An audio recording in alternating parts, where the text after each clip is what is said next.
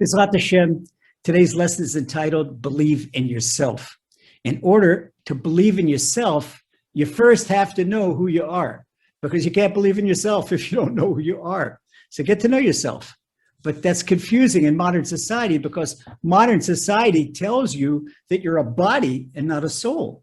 Well, wait a sec, that's a little bit problematic, because if we're only a body, there's some physical entity that thrives on physical amenities and bodily gratifications and appetites. That's an outlook for a lot of disappointment and a lot of depression for two reasons. Let me explain to you why. First of all, if we're a body, life is hopelessness. It's purpose. It's without a purpose, because every day you get a little bit closer to the grave, because every day is a day closer when the body ceases to exist. Even if the body exists till 90, 100, 110 years, every day is closer to the end. And if the body, that is the whole person, then when the body ceases to exist, that's the end of the person. And that's depressing, just the thought about that. Why? Because our physical lives are very, very limited. Now, at a tender young age of 30, look what happens anatomically and physiologically to a person at the age of 30. At the age of 30 begins the gradual progress of aging and degeneration. Even if you're a professional athlete, you play third base for the Yankees, or you're in the World Cup football, doesn't matter who you are, at age 30, it's not like being an athlete at age 25, because there is degeneration in the body. No matter how much you work out and how well you eat, this is a natural process. And this continues on until the end. Now, every new year brings a new little problem, a little pain in the joint, or something spurts up, also something, you have pain in the knee that you never felt before. It happened. You can take my word for it. Okay, every day, why? Because every day is a day closer to the grave. It's a fact of life. It's the fact of physical life. So ask yourself, wow, is that all I have to look forward to? That is really depressing, which is just to be a body. Now, the second reason that's thinking of focusing on the body only, like the media wants to tell us to, you use this type of hairdo or this type of clothes, and drive this type of car, and you're only a body, and work out in this gym. And if you don't, you're not cool. Come on, get off of that. Read the body, a body-oriented approach in life. It doesn't succeed because it never brings true gratification and fulfillment. Think of all the great times you gave your body, all the great times you had a body. Okay, how long after that fantastic time you had with your body, you were depressed again, you were sad again, the problems were still there, you weren't achieving your potential, maybe you were tired of your job, or you didn't like what you're doing, you were uninterested in school, didn't like what you're learning, you felt like you weren't going anywhere. Oh, but just last night you had a great time with your body. The day before you went to a fantastic restaurant. Oh, you ate, it was, you thought it was Gan Eden. Oh, but not Gan Eden, because you come back after bodily pleasures, the problems, the emotional problems are still there. Emotional problems, wait a second, emotions, they're not part of the body. Oh, we're going to see. We're going to learn that we have not only bodily needs, but we have emotional and spiritual needs. That's what keeps us happy. That's what keeps the smile on our face. Not because the body is doing great, because the neshama, the soul, the spirit is doing great, and the emotions are part of the spirit. Because emotions come from the soul. The soul, you know what that is? That's the tiny life spark. It's the difference between a live body and a dead body, because you've got this soul, that's active life spark in your brain, and that tiny microchip, that little spiritual microchip in your brain, guess what it is? It is a spark of Hashem. Wow, that's a spark of godliness. Yeah, you're walking around in your brain, and it's reflecting through your eyes. You could see someone that has the light of Hashem reflecting out of his eyes, because you see someone that looks pure and look holy, and it makes you feel good. You look at someone who makes you feel good. You don't understand why. That is the spark of Hashem, the spark of godliness that's reflecting from his eyes. So spark of godliness and a tiny part of Hashem, that is the best news you can have. Okay, because since the soul is a tiny part of godliness, it has the same characteristics that Hashem has. And that's why the Torah says, that you're all beloved sons and daughters of Hashem. Because Hashem defies time. Hashem is eternal. Guess what? The soul is. When you put emphasis on your soul and you look at yourself, first emphasize the soul, that means that you're not depressed anymore thinking about the day you go to the grave, because your soul never dies. It's always there. It's part of Hashem. And just Hashem is always here, always lives. Your soul always lives. It never dies. You're eternal. In that aspect, you're eternal. That puts a smile on your face, just a thought. Okay. So the more we live a spiritually oriented life, the more we overcome the downward tendency of depression and disappointment. And soul never gets old. Soul always stays young. And if you care for your soul properly, it never degenerates. And we provide what the soul needs. We know the body needs nutrition. The soul needs nutrition too. And then you know what happens when you give the soul its nutrients, what it needs? You get happiness and inner peace for as long as you live. It's a great deal. How many psychiatrists and psychologists, they can't deliver the goods. Go into a psychiatrist or a psychologist and say, excuse me, I've got all these anxieties about this. I want you to sign a paper that guarantees me inner peace. Oh, no, you pay a retainer and you come and you'll pay your $350 an hour. An hour is not an hour, maybe 45 minutes, and lie on his couch and you'll talk and you go home with the same problems. And maybe if you give some meds, okay, you feel better for a while, but the problems don't go away. So the only way to solve an emotional problem is to address the needs, the nutritional needs of the soul. Okay.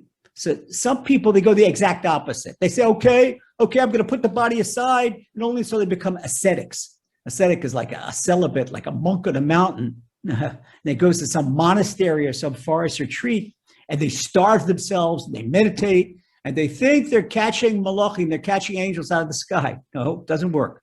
But what happens is the ascetics, they ultimately come as frustrated as the bodily-oriented people. They're the same thing. Why? Because Hashem uses the body as a housing for the soul. Hashem wants a happy medium of body and soul. Now, since we are all blessed with body and soul, we have to have that happy medium, because Hashem doesn't do something for nothing. If he gives us two components, a body and a soul, just for example, the aircraft.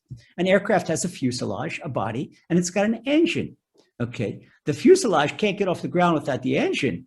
But if you put an engine on the runway, the engine's not going anywhere without wheels and wings and a whole fuselage. Okay, so the real me and the real you is that happy medium between body and soul. And when the soul's needs are met, and the body, of course, we have to meet the body's needs, because if you don't give the body what it needs, if your person lives on, heaven forbid, a person lives on McDonald's and eats junk food, or even eats kosher junk food, kosher junk food is still junk food. It's junk food for the body. The Rambam tells us how to eat. We need vegetables in our lives. We need to eat moderately. We need to eat at the right time. Okay, and to give ourselves the nutrients we need. And the body has to serve the soul, cater to the soul, not the other way. The soul is not here to serve the body. The body is here to serve the soul. So you have to understand that who's going to be the king and who's going to be the servant. The soul has to be the king, because the soul is a tiny part of the king, and the body has to be the servant. But when the body becomes king, that's like idolatry. That's not serving Hashem. That's serving a false god. When people serve their bodies, it is truly serving a false god. So a person can't do idolatry, avodah zarah, and but succeed. The soul is going to suffer, and that's why so many people have anxiety and have depression, because the emphasis in their life is on their body and not on their neshama, not on their soul. So to have that happy medium and to attain the inner peace and to attain your potential and to be the best that you can possibly be. And that's all series is all about, what we're talking about. To be the best you could be, you have to let the soul be the king and the body serve the king. The body is the servant. Okay. But it's in a happy medium. They get along great together when they work together properly.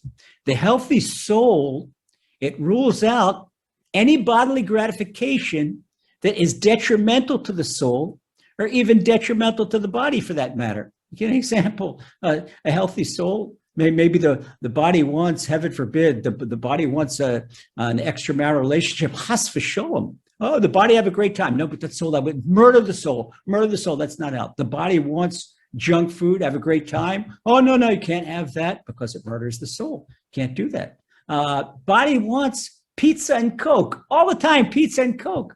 Guess what? That's not good either, because pizza and Coke murder the body. They raise your cholesterol, they raise your body fat, they raise your blood pressure, they raise the sugar. A person could be a diabetic from drinking so much Coke. Rather than drink water. The soul doesn't need that. The soul doesn't need Coca-Cola, and the soul doesn't need pizza. Well, why not give the soul some mineral water and a whole wheat bread with a tomato and lettuce sandwich? The soul's happy as a lark.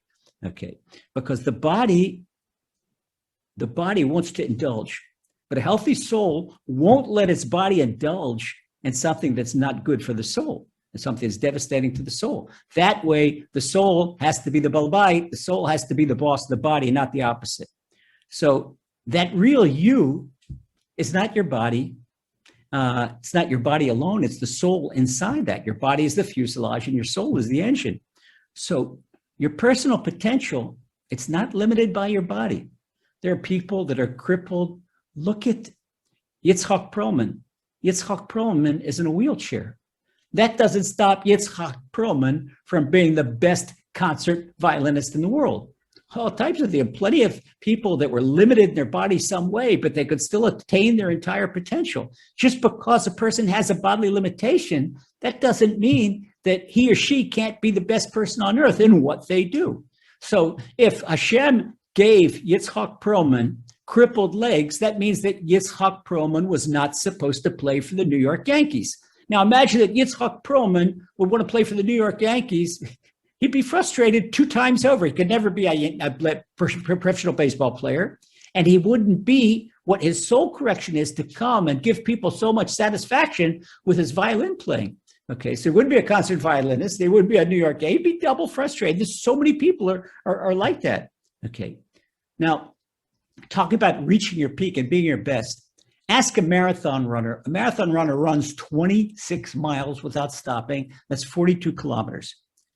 Ask him, any marathon runner, do you have bodily power to run those 26 miles? He said, no, he can't. He said, my body gives out after 16, 18, 21, 22 miles. And you ask him, well, how do you finish the race? Well, he'll tell you that even though he trains in daily long distance running, that he has a limitation, his body has a limitation, but most marathon runners, they finish that race on heart, on desire. They have a desire. Where's that desire come? The desire comes from neshama. So we see from a professional athlete, you ever take a weightlifter? In weightlifting, there's what's called a gut rip. What's the gut rip? You're lifting weights in the gym, and you're capable of bench pressing 10 times 200 pounds. Okay, so you bench press 10 times 200 pounds, and you could do that 8 times. But you want to go 8 times, you're finished. But you get all your desire and you want to break your own personal record and you all your strength and you do the 9th rep. The 9th rep is called the gut rep. Why is the gut rep? Because it comes from the heart, comes from the guts. It comes from inside, comes from your inner power. It doesn't come from your body. Your body gets motivated. And that's why people that are motivated, soldiers in battle, you're defending your country and soldiers in battle, somebody that life or death, they have super strength. That super strength doesn't come from the body. That is something that comes from the neshama. So to be your best, you have to activate your neshama. To know that activate your neshama, you have to know that you have a soul. You have a neshama. You're not just a body, what people say you are, because you've got so many powers of the soul, because that soul is a tiny part of Hashem. And just like Hashem has unlimited power, since your soul is a tiny part of Hashem, your soul has unlimited power too. So to believe in yourself, beloved brothers, beloved sisters, to believe in yourself, you have to realize that you're not just a body, but you're a soul too. You're a neshama. And look at people's priorities in life. Yeah, your new hairdo, or your new Pierre Cardin suit, or your 6-pack abs that you spend hours in the gym. You dream of 6-pack abs, 6-pack abs. That's only outer embellishments. It's like porn costume. It's not part of the real, it's the outer costume. Okay, to get to know your soul and its needs, don't let the body boss you around. No, you got to be in the gym all day long. You don't have to be in the gym all day long. Yeah, the body has to be healthy, but maintaining physical fitness. That's why I always talk about in fitness training, talk about functional fitness. Functional fitness, not just physical fitness, not just going to lifting as much weight in the world, because there are people that are heavy weightlifters that they can't pick up a baby or they can't reach above their head, that they have to ask their wife to help them bring down a can of tuna from the upper pantry. No, functional fitness is fitness when the body is fit to serve Hashem, to do its mitzvahs. Okay, so that is also comes together from body and soul. Now, it's our faith. Let's introduce Emunah into this, because Emunah, that's vitamin E, that's what the soul needs. Our Emunah in an all-powerful and omniscient Boira Olam, creator of the world, and our awareness that the soul within our brain is a tiny spark of him.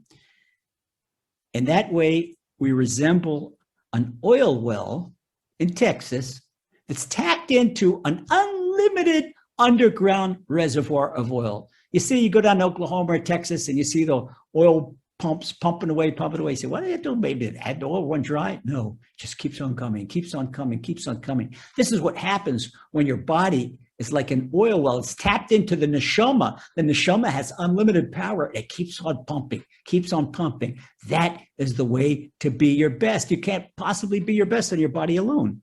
So as soon as you want to be your best, this enables you to think positively. Okay, it enables you to break any barriers. You think when people say, oh, I can't do this or I can't do that. Oh, no, there's no such thing as can't in your vocabulary. As soon as you develop your neshama, not only become the best you could be, but the word can't no longer exists. Because you said, Hashem can do anything, and my neshama is a tiny part of Hashem. That means I could do anything. But why don't you succeed in doing whatever you want? Why don't you? Because you don't believe in yourself. So we see Emunah really has two parts. It's believing in Hashem and believing in ourselves. Okay, so what is it? Why do you have to believe in yourself? Why must you believe in yourself? Let's ask you a basic question. As soon as we understand that Hashem created us, and Hashem created for a reason, now we can think positively. In order to believe in ourselves, we have to think positively. Okay, so let's go a step backward and be positive. Let's be optimistic, especially optimistic about ourselves. Okay, so you say, how many people look around, they say, I'm not good enough, I'm not this. If you say you're not good enough, you're saying that the creator is not good enough. That's heresy. That's kfira. You can't say that about Hashem. Hashem can do whatever he wants. Okay, say Hashem creates inferior creations. But if you told the head of Ford or Chevrolet, you create inferior cars, they would be sorely insulted. And they're flesh and blood. Okay, but telling the creator that he creates inferior beings? No, stop and think about what you got inside of you. The lungs, the heart, the eyes, all the cameras of NASA can't equal human eyes with their flexibility and their ability to do so much. Okay, so just think. Okay, you consider yourself a rational individual? Yeah, I think you're a rational individual. A rational individual is not willing to do something without a purpose. If I would tell you, come on up here, come on in the studio and come broadcast me with me, say, I'm embarrassed. What do I have to talk about? Okay, Rabbi Lazer, you got something to talk about, but I'm embarrassed to be in front of all these people. But if I told you, okay, I'll tell you what, you come in the studio, you sit next to me, I'll make room for you, and we'll both broadcast for Chazak, and I'll give you $200. Oh, for that? Oh, okay, sure. Maybe I'll go across town from Brooklyn and to Bronx and come into the Bronx and go on Chazak stage in their broadcasting studio, broadcast for them. Sure. Okay, why? Because now it's a purpose. For free, there's no purpose. What I'm going to do? Well, maybe if I told a person, if you're an ideologist, I said, well, you're broadcasting, your message will come to tens of thousands of people around the world that Chazak is reaching. Well, you say, well, maybe that's a good reason. But for many people, money is a reason to do something. But we all know one thing. We all know that none of us agree to do anything without a purpose, all right? Rational people. Now, let's stop and think. Do we think in our chutzpah that we're smarter than Hashem? If we are not prepared to do anything without a purpose, why do we think that Hashem does something with a purpose? You say, oh, I don't think that Hashem does that purpose. Yes, you do. Yes, you do. You know why? Because you say you're not good enough. You say you're not good enough. So if you're not good enough, then Hashem is a faulty creator. He created something faulty for no reason. There's no reason to create faulty thing. So Hashem doing something on purpose. Hashem does everything for purpose. So if Hashem does everything for purpose, you know what that means? And Hashem created you. It means that the world cannot exist without you being here. Okay. Now look at you, just not yourself. All right. You don't want to believe me? Let's go a step further. Look it up in the sky. Look at the magnificent universe. You have a telescope, or look on YouTube, look at the Milky Way, see pictures. You can see that on a telescope. Everything from the tiniest itsy weeny one-celled amoeba to the great mega galaxies. Okay. You think Hashem sat back? Oh, Hashem said, oh, I'm bored.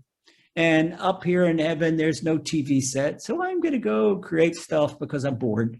Of course not. Every mineral, plant, and animal has an important task in creation. But Hashem doesn't give every mineral, plant, and animal. They have a basic mineral nephesh, a basic mineral soul, and a basic animal soul, and a basic plant soul, vegetative soul, like we learn in Kabbalah. But only the neshama that Hashem gives his children, Am Yisrael, only neshama is a tiny part of Hashem. Okay, so Hashem gives you a tiny part of himself for nothing. Hashem doesn't give away sparks of godliness for nothing. He instills in every single man and woman, every single one of his sons and daughters, fantastic potential, physical capabilities, mental capabilities, emotional capabilities, and tremendous spiritual power. Why? All for a definite purpose to do your mission in life. So every individual is part of a greater whole, the whole of creation. We look at creation as a whole, and we're all part of a creation. So since the whole of creation has a purpose, every individual within that whole, as we learn in logic, within that entirety has also a purpose. You know what that means? Do you know what that means? Stop and think about what I just said. If the Creator put you here on earth, it means that at this point in time, now hear this, the world cannot exist without you. The world can't exist. The world needs you. Because if Hashem created you for no purpose, okay. But since Hashem does everything for a purpose, we just acknowledge that. And Hashem created you and he put you in this world. It means that the world cannot exist 1 second without you. So knowing that you've got this job in the world that depends on you and nobody else, and that Hashem wants you to succeed, wow, now you've got to think positively. Hey, I'm Hashem's only son, I'm Hashem's only daughter, and I've got my own mission in life. So let's ask ourselves one more question. If Hashem has this mission in life, does that mean we're a body alone? Go back to the question of the body.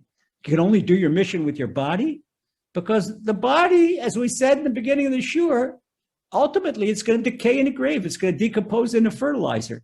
So when Hashem creates such a wonderful spiritual and emotional apparatus to just let it all decay in a grave, okay, does it mean that we're meant to work like mules all our life, like pack mules, and then die and then become food for the flowers? Not logical at all. That doesn't make any sense. So the body, look what all people invest in it.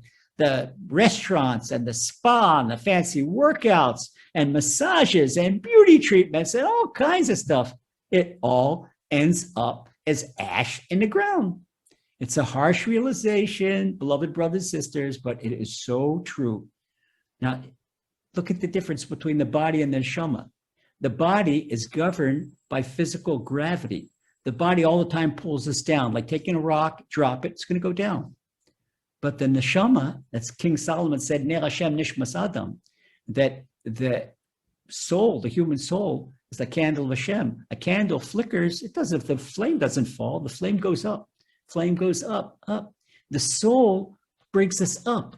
So when you have a soul orientation, your soul rules the body, you're all the time up. You're all the time optimistic. When your body rules the soul, you're all the time down. You're all the time down. So when a person is depressed, it means that something is wrong with his motions. Motion is a tiny part of his soul. It means that the body is pulling the soul down.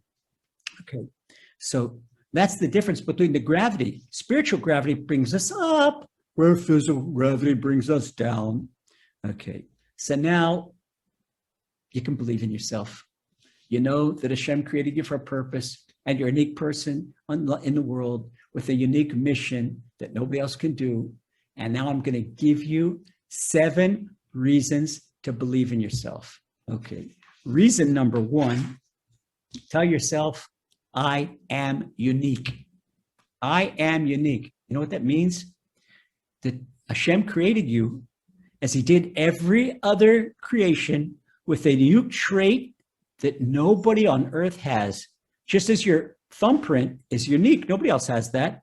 There is no exception to this rule. You're one of a kind, you're unique.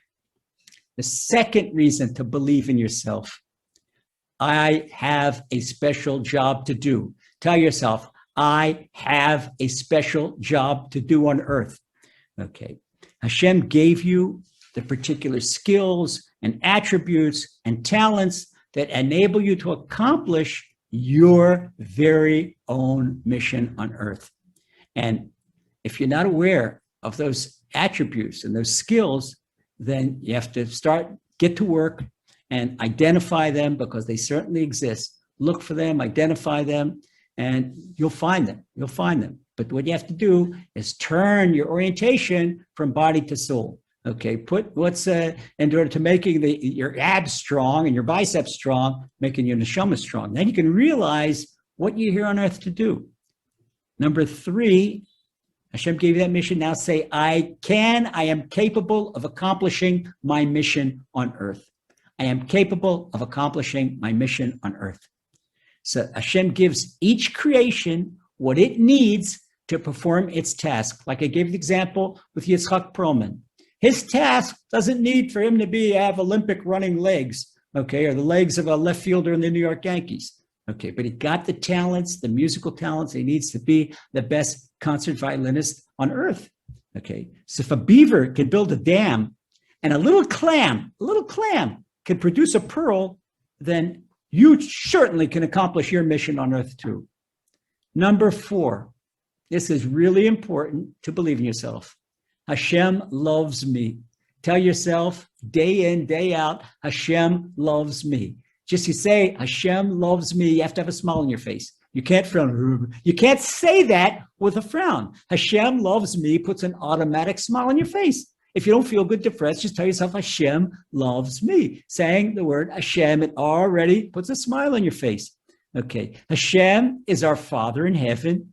And despite the fact that he has many children, each one of us is unique, and each one of us is an only child, because Hashem has no other child like us, like me. Hashem has no other son like me. Hashem has no other daughter like me. You're unique. And Hashem loves you, and he'll always do what's best for you.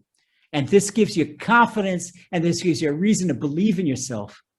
Number 5, tell yourself, I am a person of worth. I have value. I am a person of worth. Tell yourself, okay, that your soul is a priceless spark of divine light. And the more you enhance your soul, the more you up your worth on the spiritual stock market. The more you're worth, because the more you nurture your soul, the more you enhance your soul, the more you're worth, the higher you go. Number 6, important. I have the power to improve myself. That's what our lessons here, to be our best, are all about, because I have the power to improve myself. Tell yourself, I have the power to improve myself. Look in the mirror. You don't have to be where you are. I have the the ability to go higher. I have the power to improve myself. And this is character improvement, character strengthening. They're significant portions of our mission on earth. Each one of us came here to get rid of our egotism, to get rid of our anger, to get rid of our stinginess, each person with his or her own problems. And if the Creator gave us a job to do, then it means that he gives us the power to succeed. If Hashem wants someone to dig a ditch, Hashem will give that person a shovel. And if Hashem wants a plumber to do his job, Hashem will give him a monkey wrench. And Hashem wants a carpenter to do his job, Hashem will give him a hammer and a nail and a saw, whatever he needs to do his job. Hashem gives every person what he or she needs to do their job on earth. Now, number 7 is really, really important. tell yourself every single day, multiple times, I can be happy. I can be happy. Put a smile on your face, look in the mirror. I can be happy. And say it over and over till you believe it. That your happiness, it's not contingent on being your best, okay? Because meanwhile, just working to be your best makes you happy right now. You don't have to wait until you reach the top of the mountain. Climbing that mountain and knowing you're making progress, that today you're on a higher point than you were yesterday, you're closer to the peak, that's already happy. Happiness is not being on top of the mountain. Happiness is reaching out for the mountain. And the more you reach out for the mountain, the greater you have, greater chances you have of reaching the peak and of truly being your best.